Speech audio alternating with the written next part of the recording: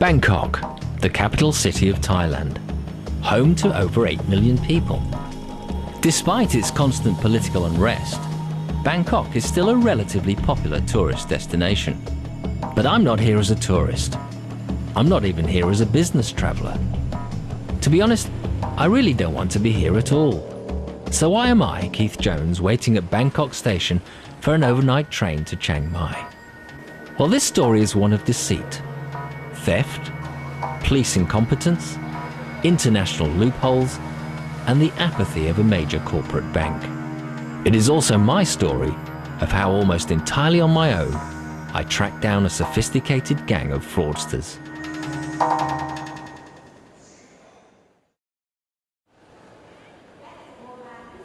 This is my second time in Bangkok in 2 years, and exactly as before, I'd rather not be here. But unfortunately, sometimes there are things that you just have to do, whether you like it or not. I'm about to board an overnight train to Chiang Mai, a 14-hour journey to the north of Thailand. That is, if I can get into my compartment.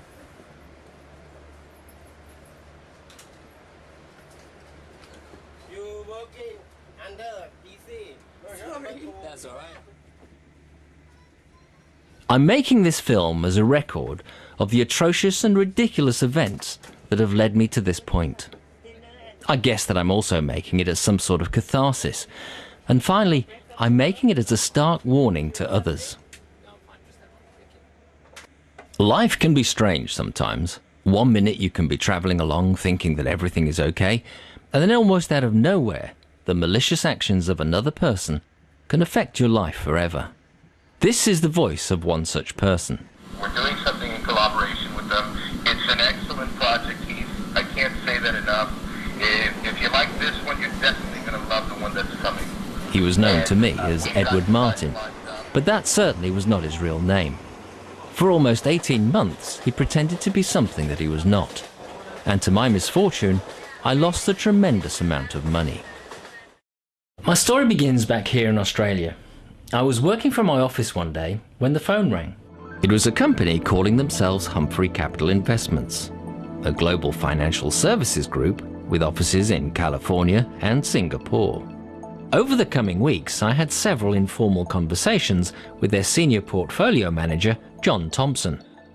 One of his recommendations was to invest in Nokia shares. Down from a high of $28, and with the forthcoming launch of a new range of phones, this seemed to present a good buying opportunity. Humphrey Capital Group sent me client forms, and after processing my application, they bought Nokia shares on my behalf. I subsequently paid the invoice by bank transfer to their company account at a HSBC branch in Hong Kong. Over the coming weeks, John Thompson rang me several times to discuss my portfolio. But at the end of the month, he rang to tell me that his company had been bought out by a group called Wellnick Investments. My new advisor would be Edward Martin, the vice chairman of Wellnick Investments. Wellnick's credentials looked similarly impressive, and their website showed detailed information on the company. A few days later, I had a call from Edward Martin, and like his predecessor, he had an American accent and came over as professional and friendly. He explained that he'd be my new advisor, and he looked forward to a long and profitable relationship. And to be honest, that's exactly how it turned out to be. It was a long relationship, and for him, it turned out to be very profitable.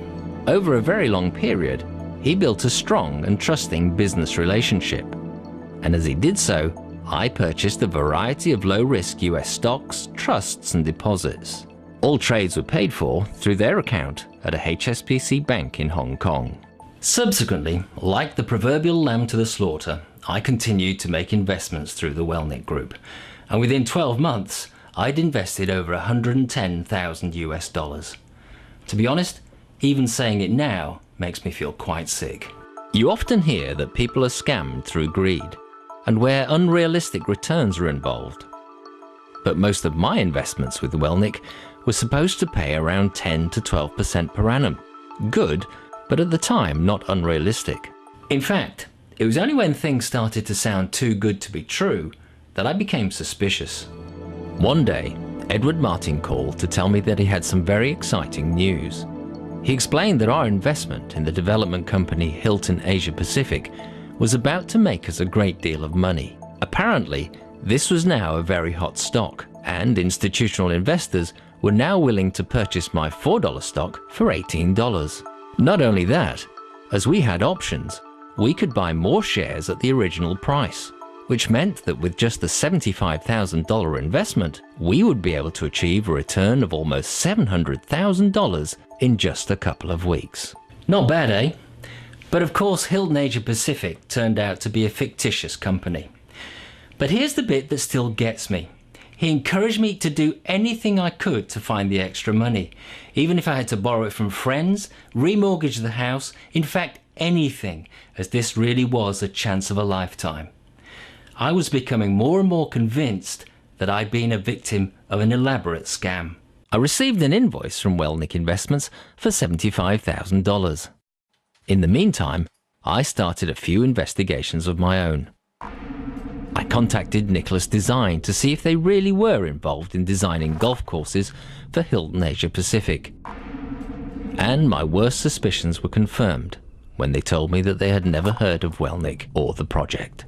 Similarly, I contacted the World Wildlife Fund, and again, they had never heard of Welnick Investments.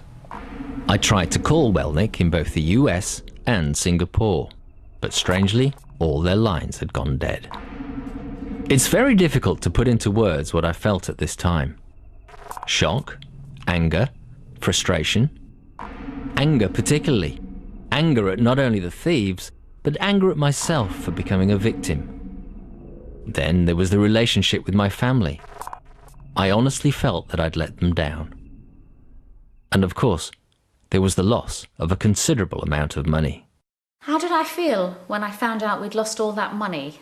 Well, I really just couldn't believe that it could happen to us. And I felt so sorry for Keith because I just knew how he would be feeling with something like that happening to him. So someone in this situation will be hit with immense trauma, grief, loss, shame, embarrassment, lack of self-esteem, lack of self-worth, feeling a failure. They need to know that that's a very typical response. That's something that we would expect.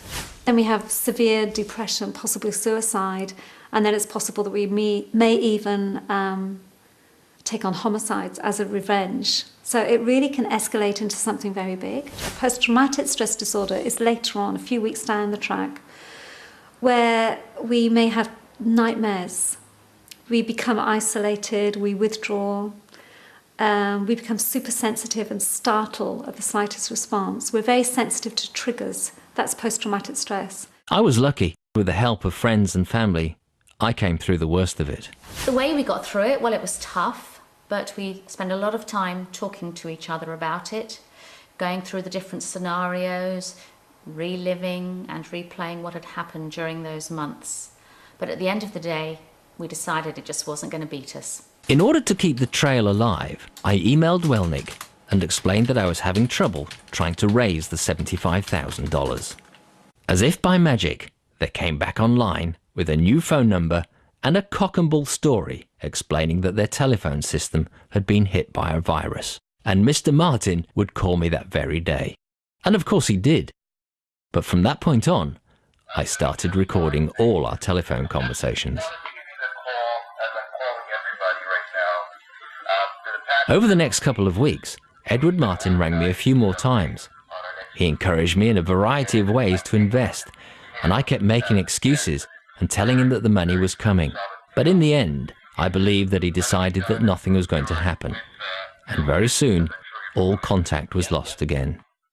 Oh, apart from the fact that Welnick Investments sent me an overdue account statement, as professional as ever.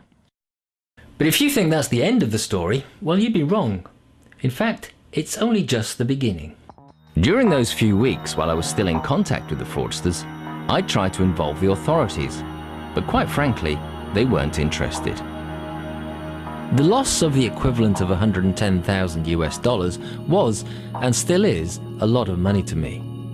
But in the grand scheme of things, small fry to the police. Coupled to this, as the crime was not committed on Australian soil, no one was really that interested. For example, when I informed the Australian Federal Police, their advice was that I should ask the criminals for my money back. An interesting tactic. This was a very frustrating time, as I felt that while I was still in contact with the criminals, there was a good chance that we could track them down. I contacted the HSBC Bank in Hong Kong and tried to explain that criminals were using their bank for money laundering, and that others like me could well be being defrauded. But their email made it clear that they did not want to become involved. Excellent. So criminals can hide behind the Privacy Act. But it does make you wonder how a bunch of criminals can open a bank account with a reputable international bank. There's more of my run-ins with the HSBC later in the programme.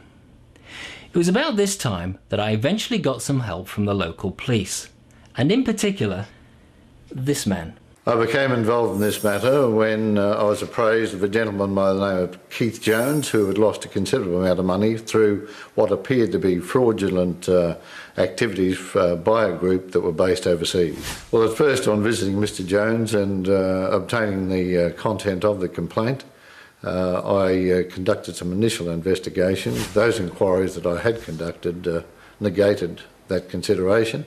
And I then further contacted the fraud squad. And indeed, the fraud squad did visit me and examine the evidence. But that's about all they did. And the reason for that? The fraud squad usually handle matters of considerable value, way above the amount of monies that was involved in this instance. And when it was established that probability was overseas, it's a matter of reporting and seeking assistance from Interpol and the country concerned, but at that stage the country concerned wasn't identified. So there you are. You can imagine how frustrated and helpless I felt. No one seemed to be able to help, and even if they could, it was all just too hard. Early inquiries in respect to this matter were not progressing at all, and as the communication ceased from the suspected persons, I believe that there was little further could be done when we had no country of origin of the perpetrators. So there I was, with what seemed to be a helpless situation. Unless I could at least find out what country the scammers had operated from, there was nothing I could do. Over the coming months, I became consumed with finding them.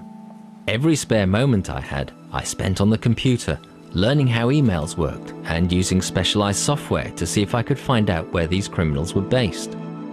The fraudsters had told me that they were in Singapore, and at first everything pointed to that. I contacted the Singapore police, but matters were drawn to a close when I received an email telling me that as the offence was committed outside the Singapore jurisdiction, that they would be taking no further action. This not in my backyard attitude seems to be the perfect loophole for this type of criminal. A business commitment took me to Hong Kong. I decided it was my opportunity to visit the HSBC. I felt that at the very least that they had a moral obligation to help, as in my opinion, they were more or less complicit in their actions. I wanted to know how a fraudulent company could open several accounts with a supposedly reputable international bank. Before my trip, I had emailed, faxed and written to the HSBC explaining the situation and asking for a meeting, but unfortunately they did not acknowledge or reply to any of my correspondence. Everywhere I look, I'm surrounded by HSBC. Well, here I am outside the HSBC centre. So far I've written to them, I've faxed them, and every time they've just ignored me. So let's go inside and find out exactly what they have to say for themselves, shall we? Hi there, is it possible to speak to somebody concerning fraud at all? What? Fraud? Is it possible to speak to somebody about fraud? You don't understand? Okay. Who can I talk to? I need to talk to somebody to speak English?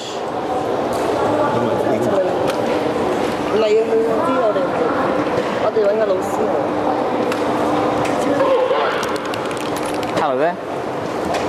Hi, is it possible to talk to somebody about fraud, please? Yeah, is it possible to speak to somebody about... No, I want to talk to somebody about... Sounding like a typical tourist abroad, I try to explain my plight, and eventually I'm directed to another office. Hi, I'm not sure. Was sent here from. Do you speak English? Yeah, I was just sent here from the front desk. I'm trying to talk to somebody about fraud, about some money that was stolen from me, and they've just sent me in here and said that you might be able to help.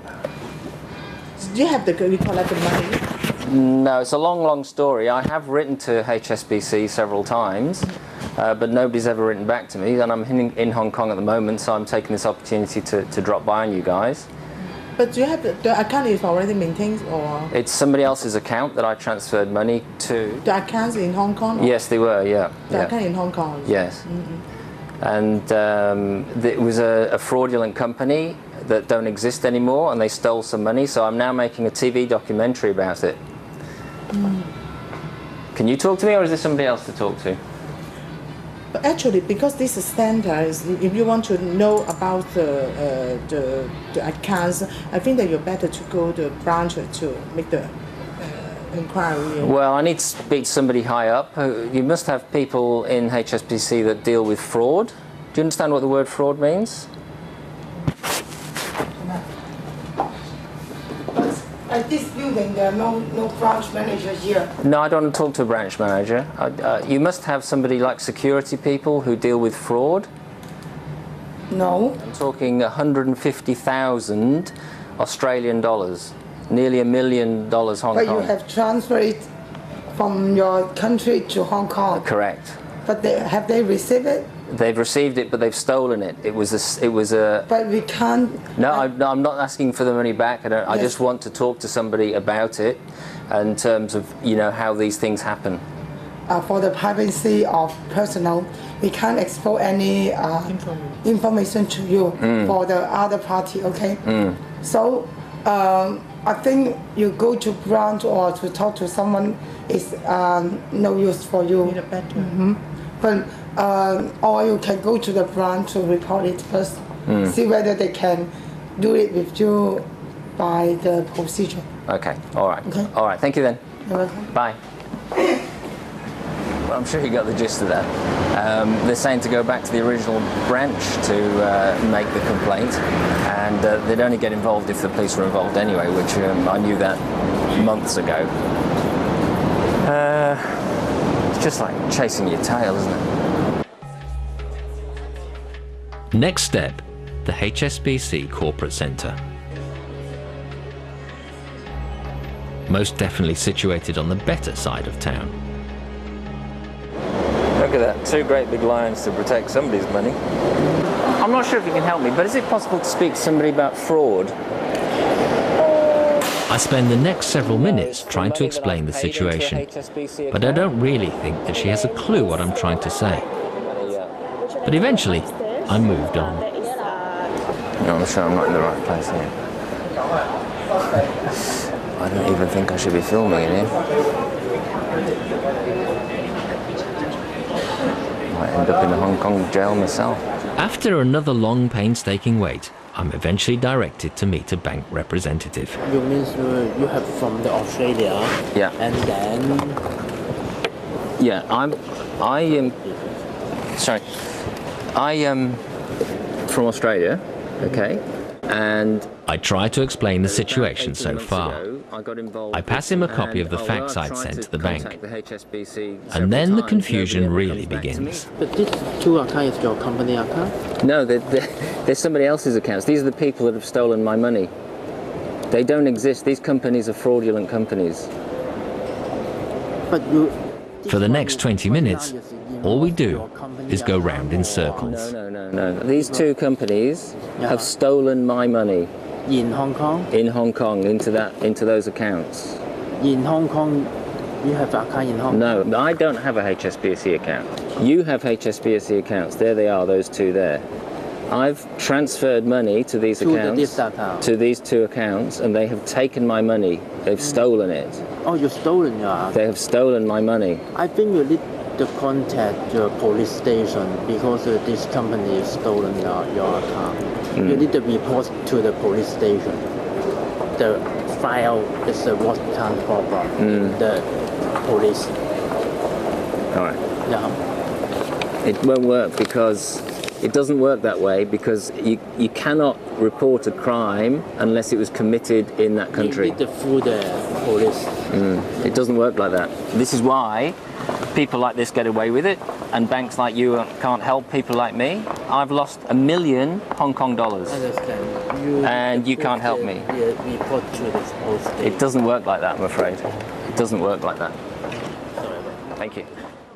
Over the coming months, my investigations took me down frustrating roads and up blind alleys as I tried to contact organisations around the world whose services had been employed by the scammers, all in the hope that one of them might be able to give me just one small clue. Mostly, they were all unhelpful and cited the Privacy Act. One thing that I did know, though, was that both the Wellnick and Hilton Asia Pacific websites were hosted by a company in Singapore. I contacted the internet hosting company several times, by phone and by email, and although sympathetic to my cause, due to the privacy laws, they were unable to help me with much information. However, after several weeks of persistence, they gave me one piece of information which was to prove crucial. They told me that emails from Wellnick were coming from a certain IP address. A search immediately told me that the IP address belonged to an internet company in Thailand. I contacted the company, and after several attempts, and despite severe language difficulties, I eventually found someone inside the company who offered to help. But after a few days, I received an email informing me that they could not substantiate any of my information with what was on their systems.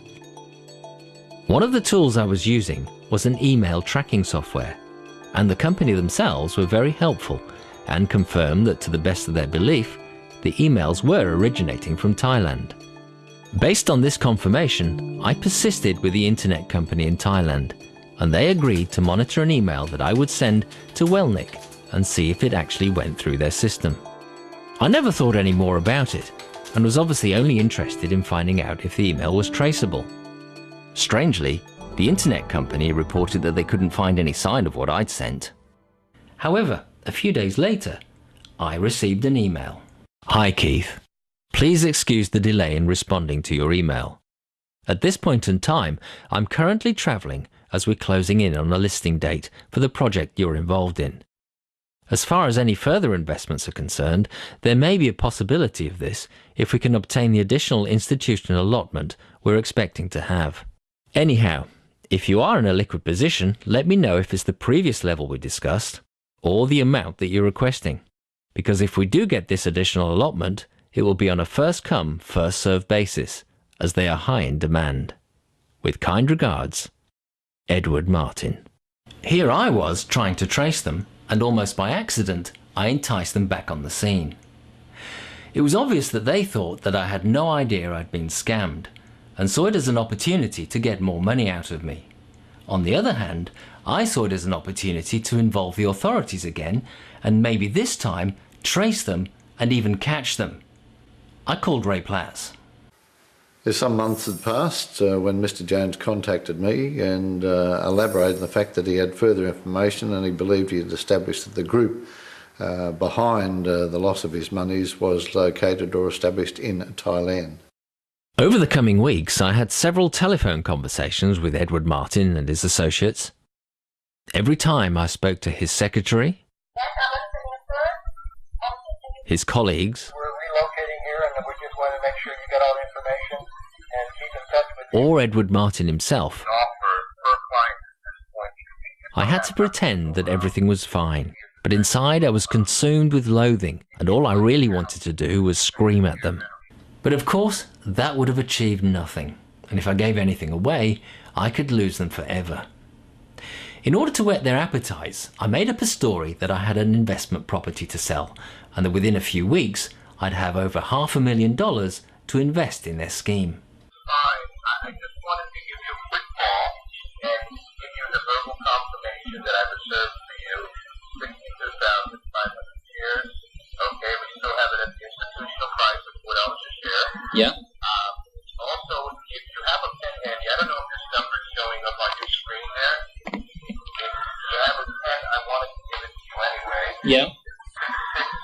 661. Yeah. 568. 568. 0417. As Ray and I listened, I think we both felt extremely excited that at last there was a glimmer of hope.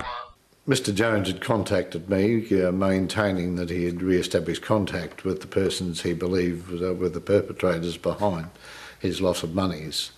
I was present at his premises on one occasion when a Mr. Edward Martin, or a person using that name, had a telephone conversation with him and supplied to Mr. Jones a telephone number and outlined that he was in fact in Bangkok. With that number, I was able to channel that to my contact in Thailand for further investigations. Yeah, my contact in Thailand responded to my query on the telephone number and suggested that he had identified persons in Chiang Mai.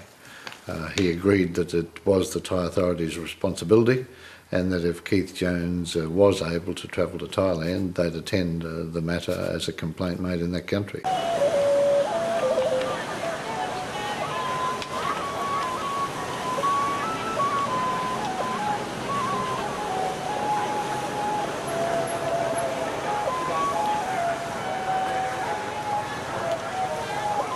By midnight the same day, I was on a flight to Bangkok, clutching my evidence and of course the valuable information which we'd been sent by the Thai authorities. I had copies of 2 emails from the Royal Thai Police, one which said that the suspects were in Chiang Mai and that there were 4 or 5 Westerners residing at a certain address, and the second which detailed the suspect's actual address, that he frequently travelled to Bangkok, the registration, make and colour of his motorbike, the name of his girlfriend, and the name and address of her father. Surely, very soon, Edward Martin and his colleagues will be apprehended. The email mentioned a Honda Wave motorbike. Clearly, there can't be many of those around.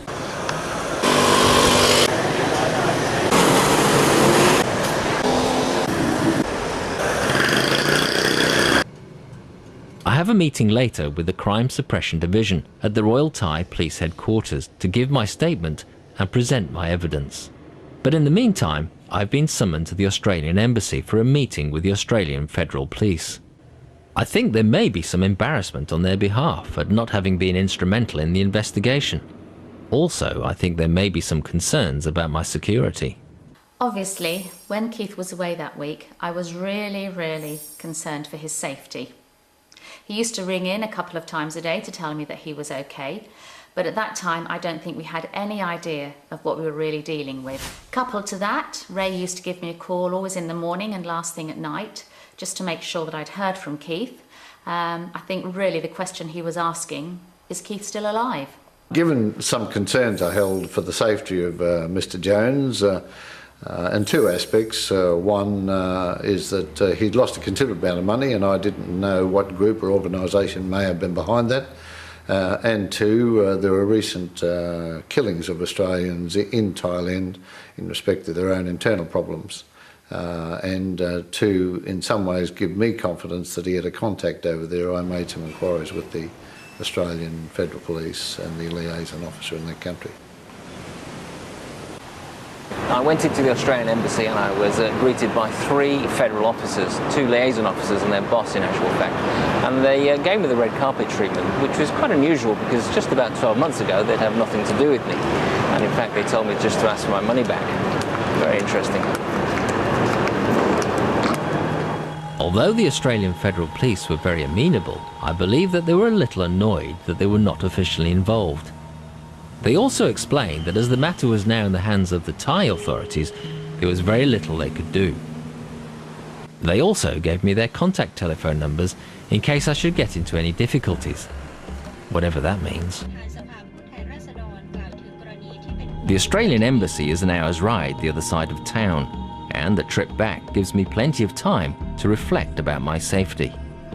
Although I've told Edward Martin that I'm on a business trip in Perth and can't be contacted for a few days, there is definitely an uncertainty about what these people are really like, what contacts they may have, and sadly, after what has happened to me, I don't trust anyone anymore.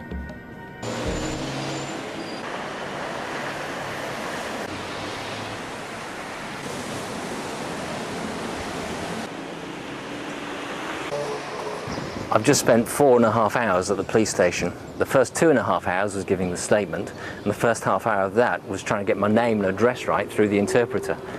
The last 2 hours was just trying to print the statement. I tell you, if this goes well, I'm going to buy them a new printer. By now, too, there is an urgency to apprehend the conspirators, as in 2 days, I'm supposed to send over the rest of the money.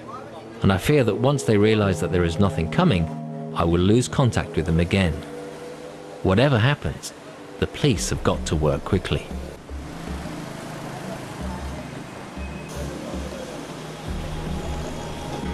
Later that evening, I get a call from Ray's contact. He's asked me to take a taxi over to his office.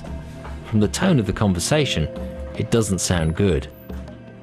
I think that their chances of a new printer are fading fast. I return in total disbelief. According to Thai law, if I can't actually identify the people who've committed the crime, the police cannot prosecute, so they're taking no further action and are dropping the case. Of course I can't identify these people by sight, as I've never met them. The whole situation is ridiculous. If it wasn't so tragic, it would be laughable. And it now looks like Edward Martin and his cohorts are going to get clean away. The deadline for me to transfer the funds to Welnick has now passed. While in Bangkok, I thought of travelling to Chiang Mai to front the criminals face to face. But Anne and everyone else at home are worried about me as it is. Another thing, without local knowledge and without knowing the language, things in Thailand are very difficult. And besides, it would have been extremely foolish. While in Bangkok, I did have one final conversation with Edward Martin though, and that's when he rang me to give me the final instructions of where to send the money.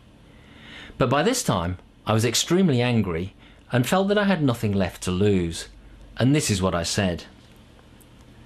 Edward, there's been a slight change of plan. Please listen carefully. I have some friends in high places, and this morning they took me for a drive past your apartment in Tambon Muang. I have photographs of you on the Honda Wave.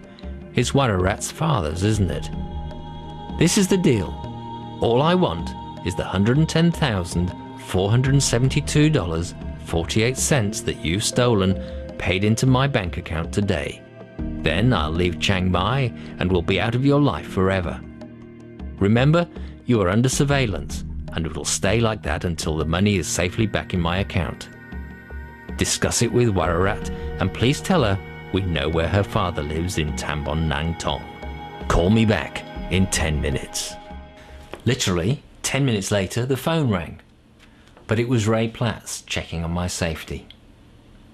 Needless to say, my final last-ditch attempt failed. However, when I got back to Australia, I received one final email from Welnick. Hi Keith, I've been thinking over what you said, and I will agree to send you $50,000 so long as it's understood that it ends here. If you don't hold a grudge, we can make arrangements. Keep in mind it wasn't very nice of you to pretend to be interested for additional shares. Despite this, I'm willing to let bygones be bygones. I will need an immediate response from you in this matter, and if you agree, I will also need a 5-week period to make arrangements. Kind regards. If that wasn't bizarre enough, then there was a further twist. I was later advised by my acquaintance in Thailand that the information that was previously forwarded was in fact correct information, but the persons associated with those particulars were not in fact the perpetrators of this matter. Do you believe that?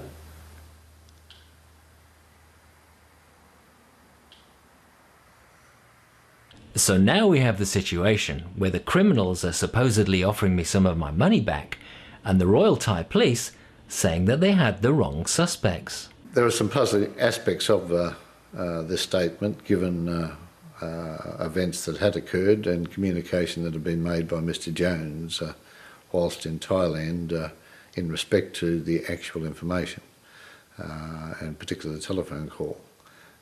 I was led to believe that Mr. Jones had made contact with persons associated with that telephone call.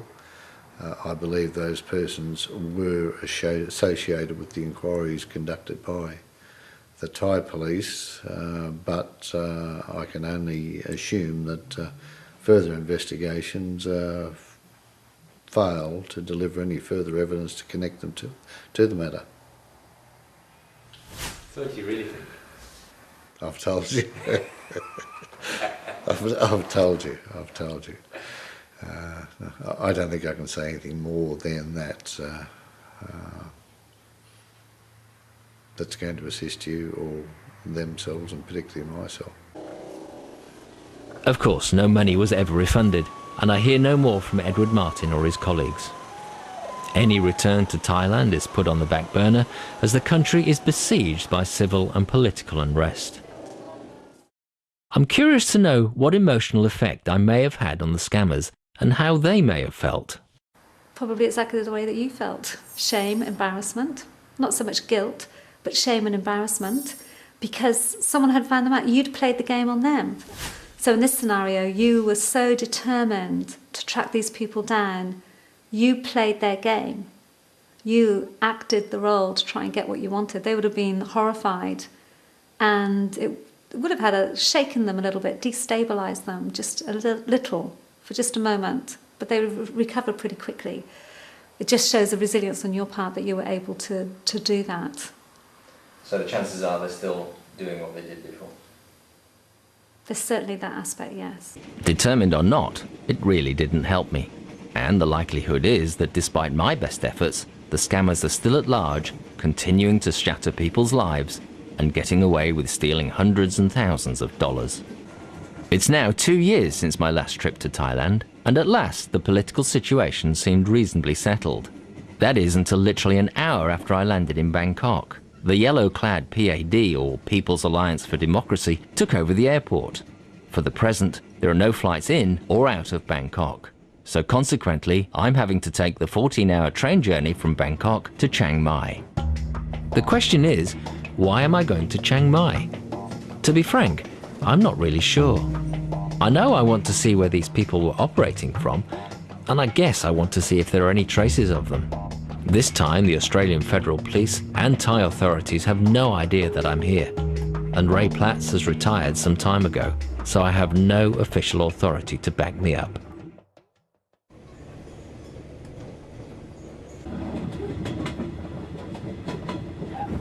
3 hours from Chiang Mai. Been a long night. Been cold.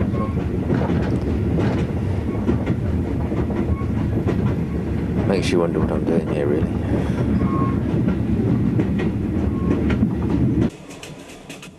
Oh well, things are always darkest before the dawn. I'm sure I'll feel better after a nice cup of coffee.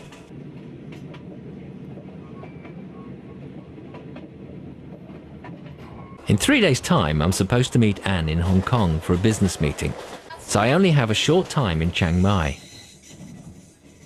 At home, the idea of travelling to Chiang Mai seemed like quite a good one. But in the cold light of day, when you're speeding your way through a foreign country towards the complete unknown, then the idea seems to be completely stupid. My imagination is already in overdrive, and any person on a motorbike becomes an immediate suspect. 14 hours turns out to be nearer 17, as we finally enter the outskirts of Chiang Mai, and I can't help but feel a level of apprehension. This is not helped when I finally step onto the platform, and we're greeted by a small army of masked government supporters, dressed in red and armed to the teeth with medieval weapons.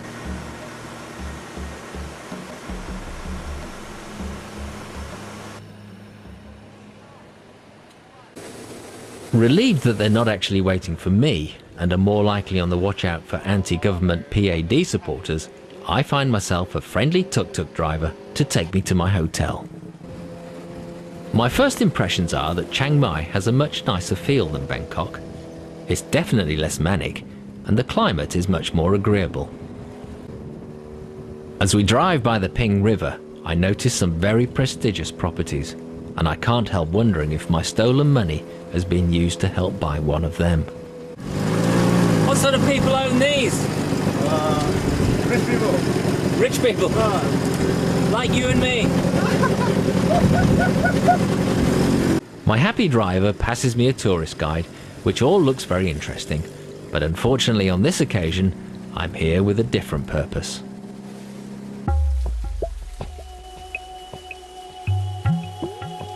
By the time I reach my hotel, it's late in the afternoon, and I decide that I may as well try and relax, as I have a feeling that the next couple of days are going to be quite emotionally challenging.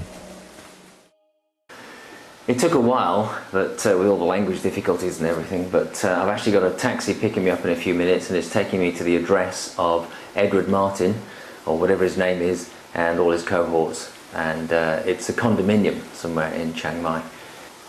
Personally, I don't think they'll be there. I mean, it's been a while, but you never know. And if they are, what the hell am I going to do? I'm alone in Thailand, and I'm on the trail of 4 people who stole a considerable amount of money from me.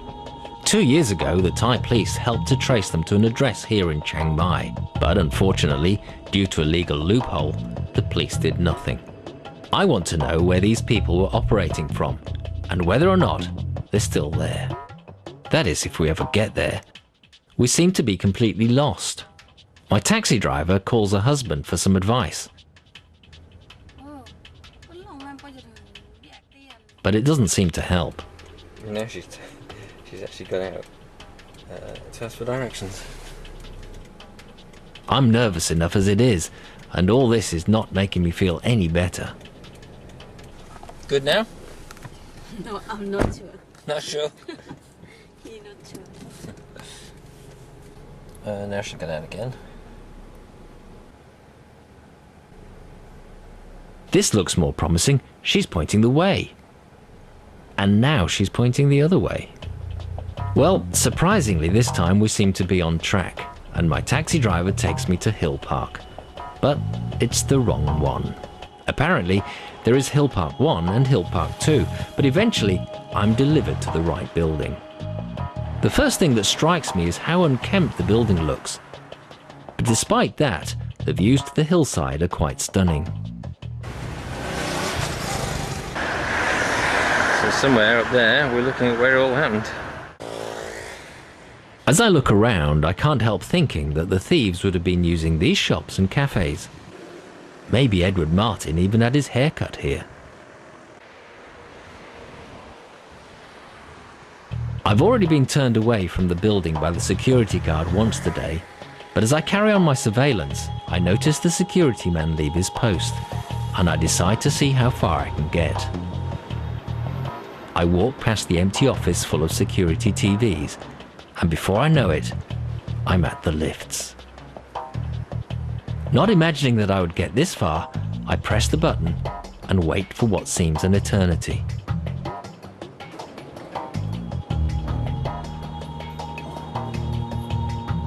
Stepping in, I immediately press the button for the 12th floor, and I can literally hear my heart thumping in my chest. Another agonizing wait, and finally the doors open. And a moment later, I'm standing outside the door of my heartless enemies.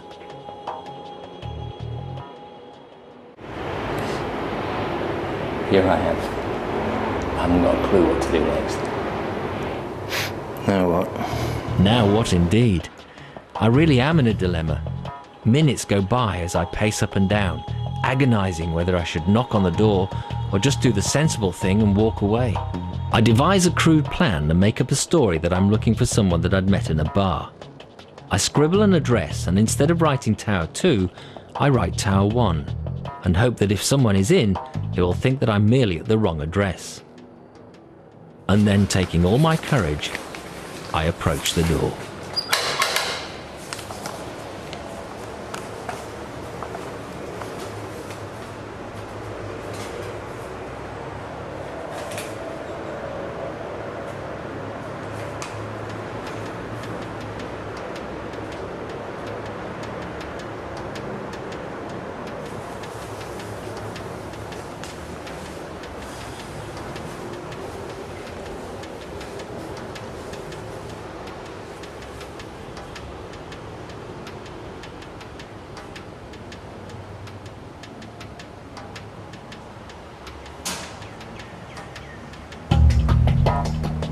As you can see, they didn't answer. Jeez.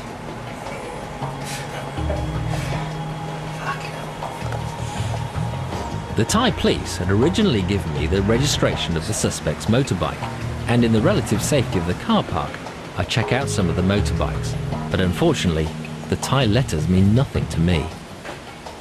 Next, I find what I guess is a list of residents. As a long shot, I see if the Thai name of Edward Martin's girlfriend bears any resemblance to the name on the list, but it looks totally different to me. I guess it gets to the stage where what can one man do on his own? Oh God, that was scary enough as it was. Anne'd kill me if she knew I did that.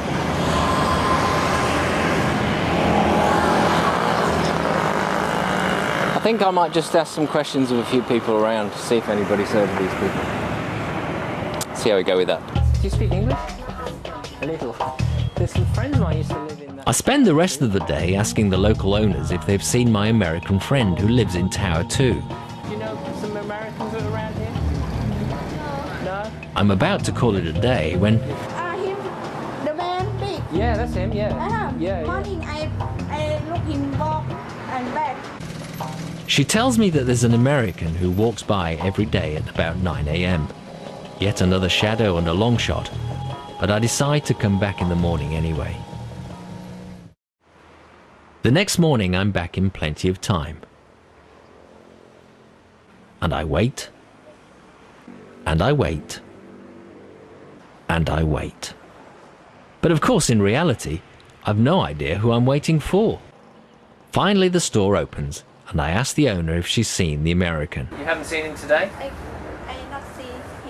Oh, okay. Does he?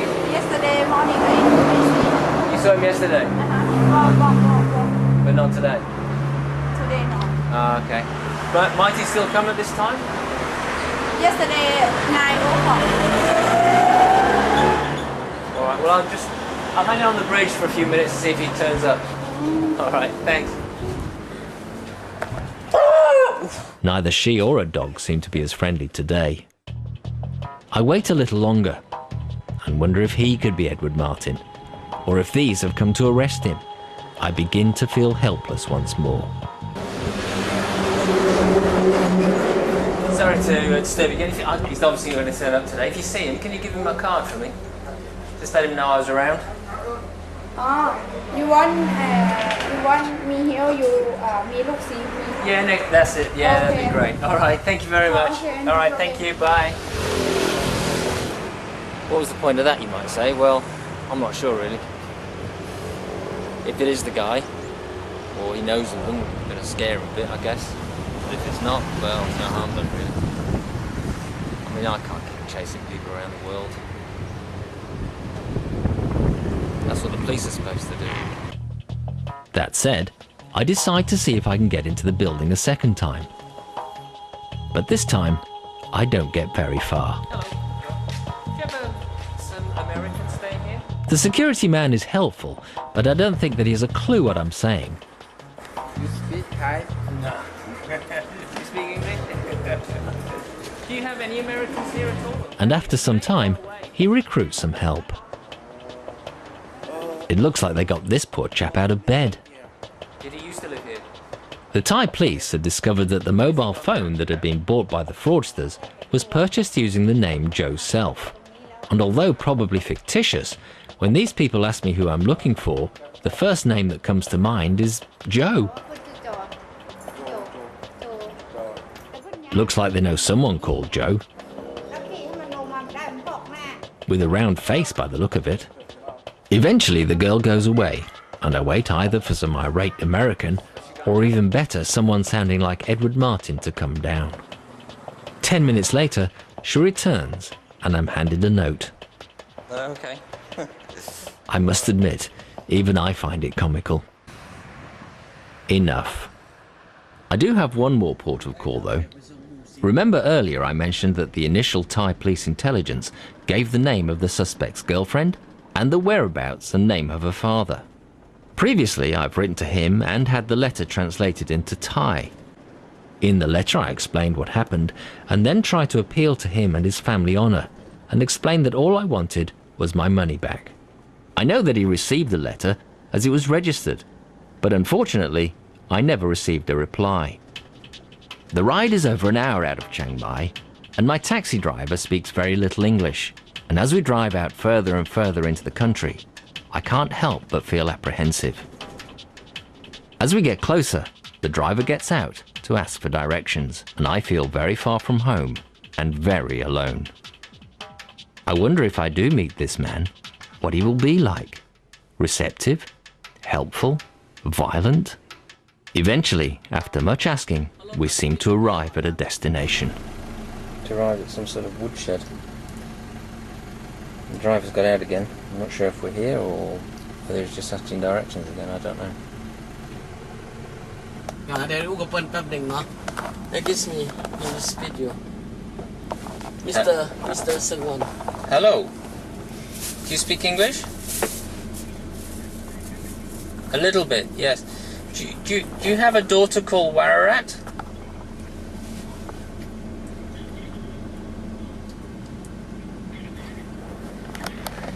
Yeah,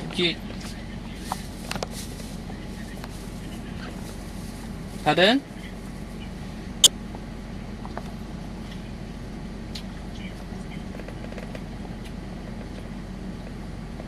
Are you there?